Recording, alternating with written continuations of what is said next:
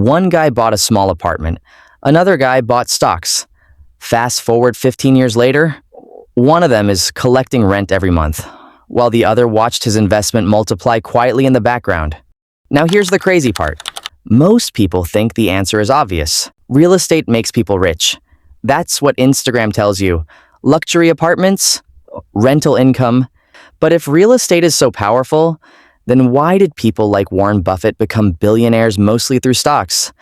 And if stocks are so amazing, why do almost all wealthy people still own real estate? So today, we're breaking down the real battle. Real estate versus stocks. Which one actually makes you more money? And the answer isn't what most people expect. Real estate feels powerful because it's physical.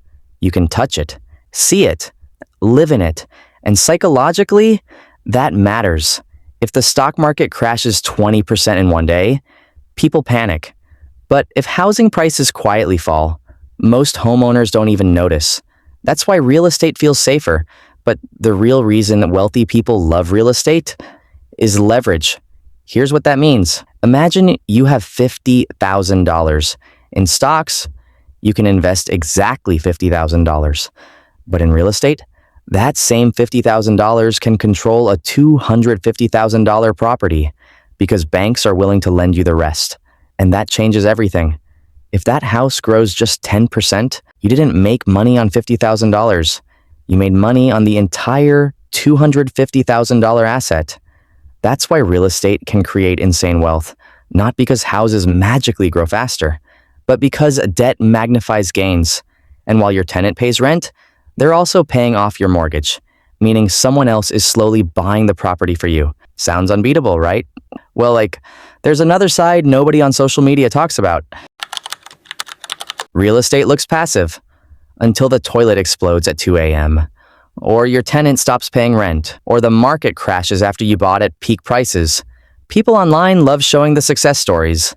They rarely show property taxes, repairs, insurance, and here's something even more important. Real estate is concentrated risk.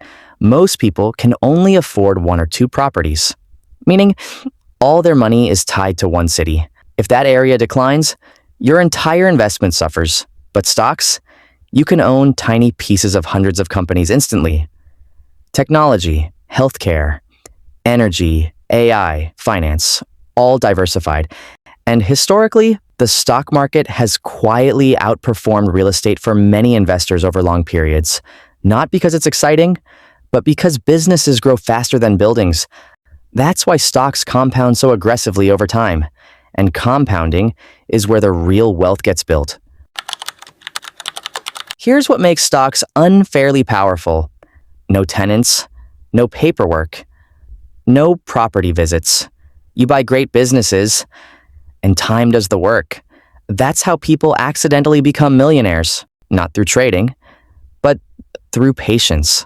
Someone who invested consistently into the S&P 500 years ago probably made more money than many small landlords, with far less stress. And the biggest advantage? Liquidity.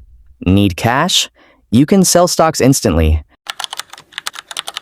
Stocks create scalable wealth. Real estate creates leveraged wealth. Stocks are liquid.